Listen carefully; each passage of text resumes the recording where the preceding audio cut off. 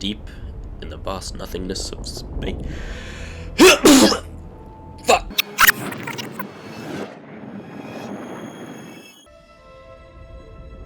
Deep in the vast nothingness of space, no one can hear. Bitch! Deep in the vast nothingness of space, no one can hear you rage. Seriously? Returnal is a grueling experience.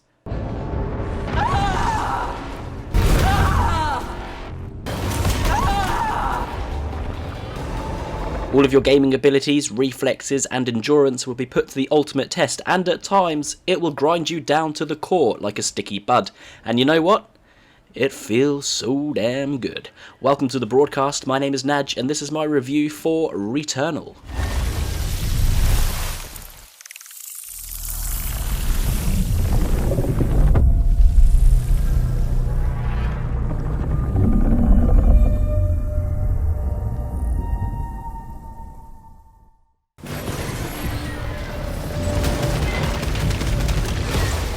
Published by Sony and developed by Housemarque, Returnal is the first major PlayStation 5 exclusive since Demon's Souls at the console's launch. Which was a remake, therefore as good as it wasn't an entirely new game. Returnal has been out for a few weeks now and has had its fair share of praise, and controversy regarding its difficulty within its niche gameplay loop and style, especially when put up against its high price tag of £70, which seems to be the new normal with these AAA next-gen console games. I think Returnal lends itself to the discussion of what defines a AAA game and how far a reach they have with potential audiences. Look, there is no such thing as a game for everyone, but I think it's fair to say the majority of AAA games have had far more of an appeal to the general or casual player, with the odd few having a more niche and selective target market. The PS5 exclusives released so far have been for the latter of the two, being games targeted to the hardcore gamers, with their difficulty being harder than your morning wood. Whilst the lineup of announced games will be sure to balance this out, with the likes of Ratchet & Clank Rift Apart, Horizon Forbidden West, the 69 people who have managed to get their hands on a PS5 already are split on the console exclusives launched. I've seen countless complaints online about Returnal, and you can bet your ass these were people who were lucky enough to get their hands on a console and bought the game just to have something to play on it, not doing any research to find out, at their own cost of course. This is not the game for them. I do think Returnal is quite an alien concept, no pun intended, within the world of video games, as it attempts to bring together two worlds. AAA titles with blockbuster effects, graphics and narrative, blended up with the roguelike Metroidvania genre we see more of in smaller indie titles. I believe Housemarque achieves this goal with incredible success. Returnal is not only the best PS5 game so far, it is currently my game of the year, and dare I say it, the best roguelike game I have ever played. But that is what it is. A roguelike game, and that within itself will already come with some predetermined opinions due to preference. If you do not like the genre, chances are you will not like Returnal. But if your curiosity piques at all during this review, then I implore you to give it a go, because Returnal is so much more than just another roguelike.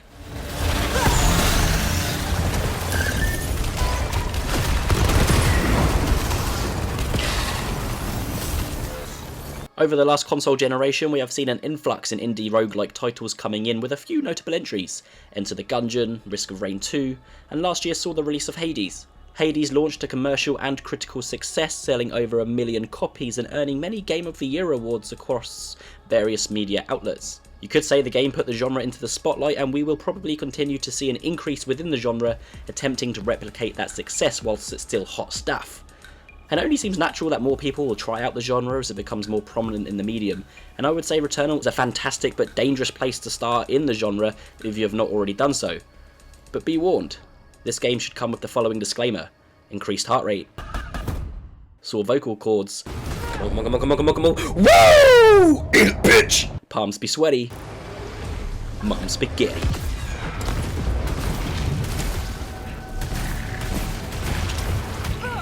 You play as Celine, an astronaut on a mission to discover the origin of a signal being broadcast from the depths of space. Of course, Celine doesn't find the signal to be greeted by E.T. to then go home again, as Celine crash lands onto a shape-shifting planet occupied by sinister alien inhabitants. Fighting for her survival, Celine, well, doesn't survive as she suffers her grisly demise in the alien onslaught, to then wake up, crash again, restarting the cycle. Thus begins our adventure, Alien.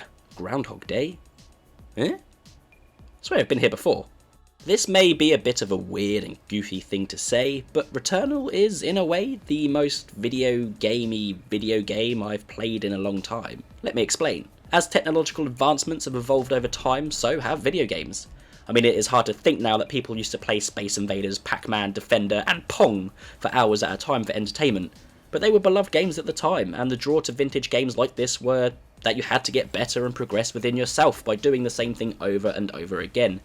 With very little of anything else, no story, stat, or character progression, as it always sets you back, but you progress in your own skill at the game, which was the appeal. I feel it's fair to say that this has now changed, as in a time in which many successful games have a narrative structure that will see you engrossed, but from a gameplay perspective, constantly seeing it move along, even some being on the rails, assisting you as much as possible to form a pre-scripted cinematic experience, and the old style, simplistic yet effective games seem to be a thing of the past, hence why a lot of these smaller indie developers take up the reins in an opportunity at creating unique gameplay experiences, and there are a lot of hidden gems out there. But Returnal doesn't want to fit into one of these two categories and looks at both types of games and thinks, I'm going to stick my fingers in both pies.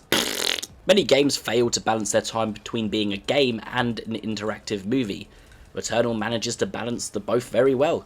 An arcade shooter constantly on the move, but manages to present itself as a big budget blockbuster theatrical game, but the theatrics are not told through long cutscenes or scripted events, but the environments and exploration as you live, die, repeat. Good movie. And it reminded me in a lot of ways of the vintage video games I mentioned earlier in regards to its gameplay presented in a next-gen AAA package. Housemarque are no strangers to arcade shooters in their lineup of games. Their two most recent games, Nex Machina and Resogun, show this. Resogun especially being a funky side-scrolling Space Invaders-like title.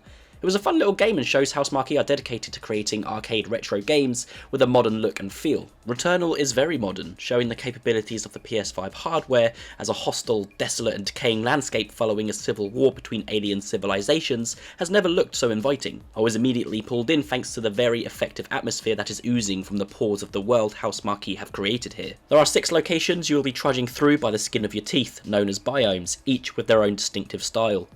Starting in the overgrown ruins, you will be slogging through the rain and shrubbery to abandoned city skylines. The aesthetic feels very much kind of like a Ridley Scott movie, taking environmental inspirations from films such as Alien and Prometheus in their alien technologies. Lots of holograms and egg or chamber-like objects, and then to Blade Runner and other large sci-fi epics with its architectural design and atmosphere. Each frame really shows the power of the PS5 with its textures and little details.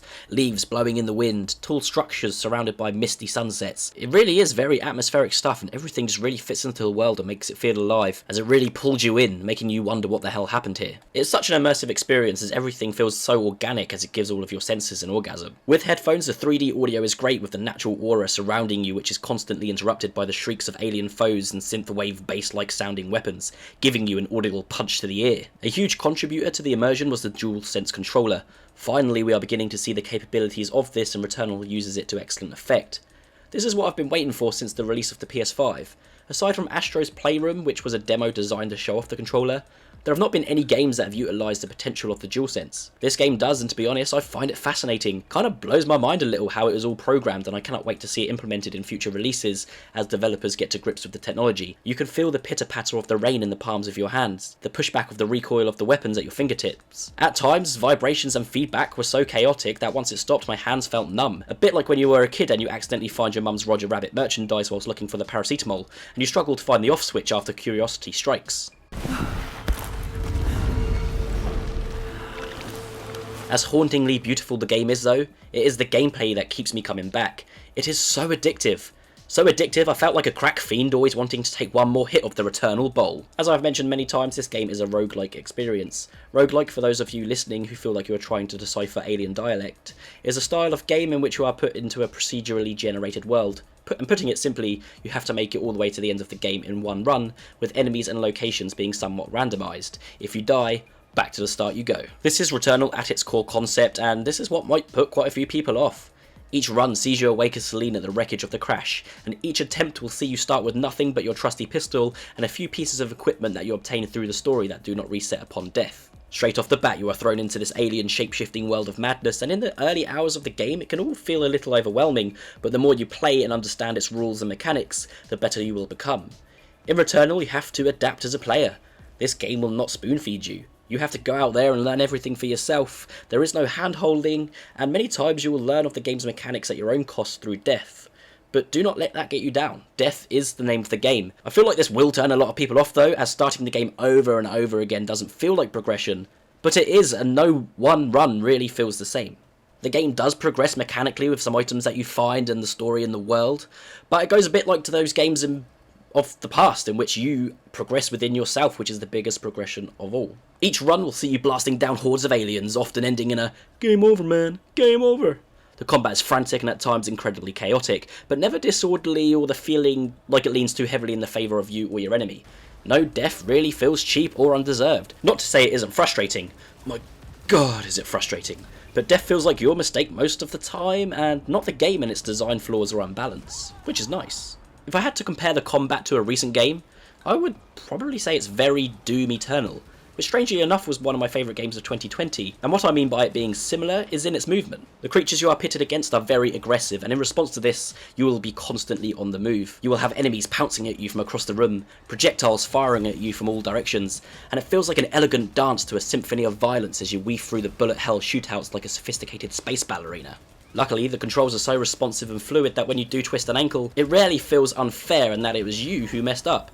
This is how I felt the combat to be similar to Doom in its fluidity and pacing. Of course, none of this would really be worth it if the enemies were just alien cardboard cutouts used to scare off the locals at Area 51, but the enemy designs are so creative and creepy and there is a good variety of them, changing up completely when entering a new biome, although admittedly the types are similar across the levels, changing appearance to the style of the area you are in. Throughout the levels you have your larger mini-boss enemies who will often tear you to shreds before you can say, "One ugly motherfucker." At the end of each biome, before you can access the Stargate, you will encounter a boss battle. These are so intense and absolute bullet hell carnage, and each boss has 3 phases, each getting more aggressive, and I literally felt my heart beating in each successful fight. I wouldn't say the bosses are the hardest part of the game, as the build up to the bosses, depending on the run, can be just as hard over the duration of the run, and if your run has been on the edge of failure, like trying to get to the bathroom whilst touching cloth, the worse off you will be in the final blowout. Not to blow on my own trumpet, but by complete surprise and probably a bit of beginner's luck, I actually managed to beat the first 2 bosses in my first attempts, but a big part of that was due to the successful run in the lead up to it. Well, and a bit of skill. One of the game's greatest strengths is how it handles its risk-reward system. A run through the game, simply put, is like a gamble in many ways. Everything you do is a risk, with some kind of potential reward or detriment to your run. To assist you on this bug hunt, you will find an abundance of tools of the alien slaughtering trade, from weapons, items, upgrades and buffs to your character. You will find many weapons throughout a run, however you can only hold one at a time. These weapons range from laser rifles, goo blasting shotguns, machine guns, rocket launchers. All of the weapons feel punchy thanks to the awesome effects within the game and the DualSense controller. Each has a different reload point, a bit like Gears of War, where you have to press a button to reload efficiently, allowing you to start shooting again pretty much instantly, but if you miss the timing, it will delay the reload, putting you at a disadvantage in combat, making you feel like you're in the headlights of a car whilst taking a piss up the wall, and you're thinking, that's no ordinary car, that's my girlfriend's dad.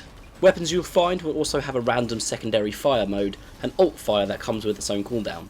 By using the weapons you'll increase their proficiency, unlocking more traits for that weapon. This is really cool and a well done feature because as you become familiar with the weapons, they do keep fresh by having a different secondary fire and each has a different approach to busting alien ass. Homing missiles, sniper fire, electricity.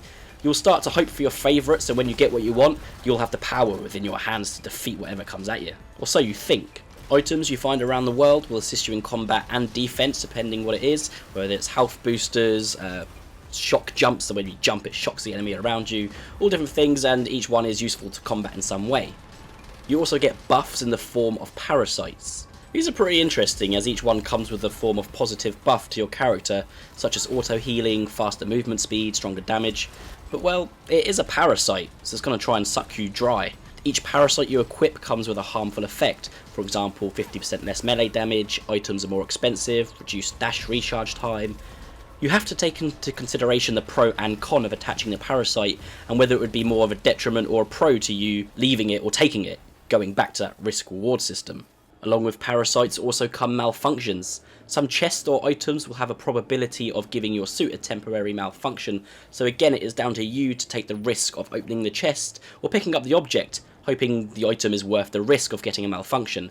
Malfunctions are more of a temporary detriment as opposed to the parasites, as these will give you an objective to remove the malfunction, like killing so many enemies or opening so many chests, and so on. Parasites can be removed as well occasionally, but these are more rare to come across. They require some kind of machine that will detach a random parasite. Other than that, you're kind of stuck with them for the long run, so make sure they are worth picking up.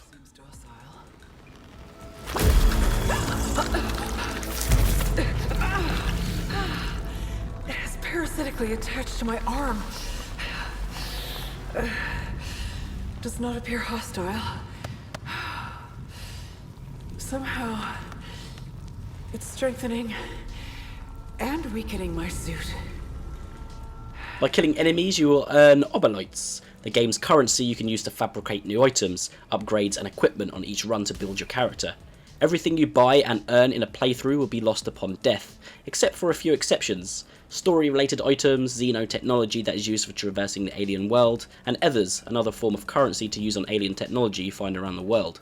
The alien technology ranges from regeneration machines that give you another life if you die, although these cost quite a few ethers, the ability to fabricate perks for your character and items. Even some items aren't all that friendly, such as some health items will either heal you or harm you, so it's up to you whether it's worth the risk, depending on what state your health is currently in. With the items that carry over, this is where the Metroidvania style level design really comes out. Games like Castlevania, Metroid, whilst Returnal may not do it on the scale of complexity in those games, it does it well enough to prevent the environments becoming stale on your 20th run. Areas will be blocked off or inaccessible until you acquire a permanent item later in the game, so by there being places inaccessible even in the starting level, you'll be finding secrets hours in, which I always find fun in these types of games. Once you unlock new areas, you will also discover shortcuts to progress through the run quicker, however this is not always the best approach for you to take. For example, once you defeat the second boss, you will unlock the grapple hook. With it you can get into the third area via a shortcut near the starting point, skipping the second area altogether, and most of the first if you come across this room early enough. However, the quicker through a run you go, the poorer equipped you will be in the later areas, making them more difficult. It's all about knowing which rooms to explore, which items to pick up, which risks to take, weighing the pros and cons of certain parasites and malfunctions to give you the best chance of having a perfect run, seeing it through to the end. Story. I haven't really talked much about story, but this is one of the game's biggest mysteries, and it's best unspoiled, but you know, it isn't just a simple plot of Celine trying to escape the cycle. The story is actually really good and has multiple layers and plot threads through it. With each run, the little further you get, the little extra story it will feed you, and the story is very strong and manages to keep your interest, which made me want to not only progress for my gameplay, but also to see what the hell is actually going on and where the story would take me next. Told mostly through Celine's inner monologue, audio tapes found around on her previous dead bodies, and small flashes of ambiguous visions and dreamlike sequences. It very much felt like a strange David Lynch film with its weird symbolism and its dreamy feel. The game also has some pretty scary moments. Occasionally you will come across a house which you can enter to learn more about Celine's past in what is kind of like an Insidious-like dream sequence, mist going through the house, dark corridors with some kind of ghostly activity. Some of these sections were genuinely unsettling. Actually, the whole vibe of the game as the story progresses has an uneasy, slow tension build to it that keeps you on your toes and feels like a horror game at times. I mean, I've just recently played through Resident Evil Village and there were more times in Returnal that scared me or put the fear into me, more than that game did. This was very unexpected but very welcome and made sense within the narrative and the game world. So, all good news, eh? Well, unfortunately not. Returnal, as great as it is, does unfortunately have some pretty scary bugs, and I don't mean the aliens.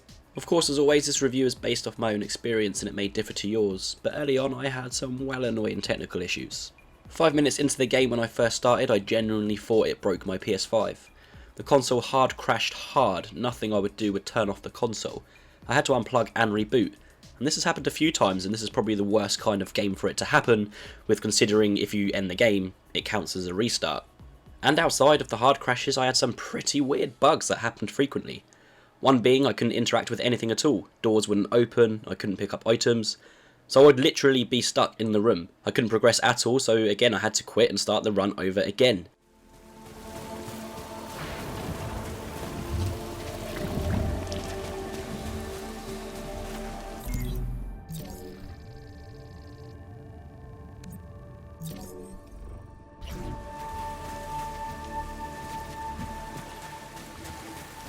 I researched this bug online and the supposed reason for it was the pre-order DLC. If you pre-ordered the game you got some additional suits you could equip. Apparently wearing one of these suits was causing the bug, so I changed back to the default suit and yeah, it didn't happen again. Great pre-order bonus, Housemarque. Hey, thanks for pre-ordering our game. Here, have some free shit that will break your game. It felt like on Christmas morning when you unwrap a sweet-ass gift only to be told, oh, that one was meant for your brother, for it to be taken away and instead you're given a lifetime supply of Link's Africa that you will never use. Luckily, it never happened when I was deep into a run, but still, it shouldn't happen at all. Since the game's release, there have been a number of patches, so it should improve over time, and even now it feels a little bit more stable than it did at launch. Hey, I mean, it ain't Cyberpunk, at least it's playable. My only other complaint really, which has been a huge topic of discussion on the internet, is the lack of the ability to save mid-run. Yeah, I'm in the for a save point club. Whilst I understand why save points were not implemented and why people feel this would go against the game's design, I have to agree that it would have been a nice addition. I mean, let's be honest, it wouldn't make the game easier, just more convenient. Whilst many evenings I do have enough time to sit on my arse eating cheese balls, drinking Mountain Dew and playing video games, I still feel there should have been an option to save and continue the game as opposed to it restarting if you turn off the console. There were a few times I fancied jumping into the game, but heaven forbid I had a good run. I wouldn't have had enough time to continue playing, as some runs would take a few hours, so I just played something else instead. You can put the console on rest mode, which the game tells you, but I don't really like doing this. If I'm off for the night or going to work, I like to turn off the console for the 12 hours or so I'm away, because, well, I just do. But with my issues aside, there is still just so much to enjoy in Returnal. It constantly surprised me, much more than I thought it would for a roguelike game. Scarier than any horror game I've played recently, punishing but fair difficulty, a well-written and engaging story, a frantic and addictive combat loop, all drowning in atmosphere and top quality design. If you couldn't tell, I'm in love with Returnal. But not everyone will be. The game is punishing and it takes a lot of patience and commitment to master. But that is the whole point. Even I haven't managed to complete the ending of the game yet, but I am so dedicated to do so. There are just so many layers to take into consideration when going through a run, and if you just want to rush through it to get as far as possible, as quickly as possible, you are indeed doomed to fail. It's far more strategic in its mechanics than I was anticipating, and it makes for some very fun gameplay loops, and some very frustrating ones.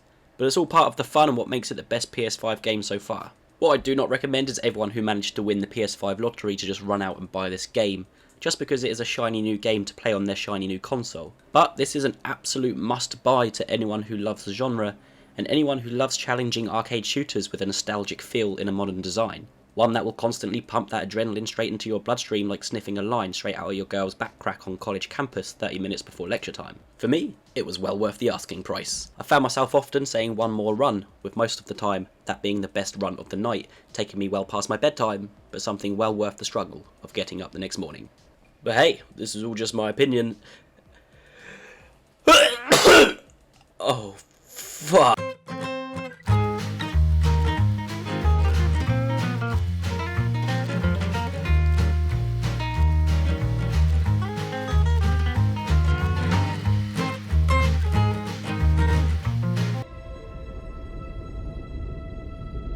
Deep in the vast nothingness of space.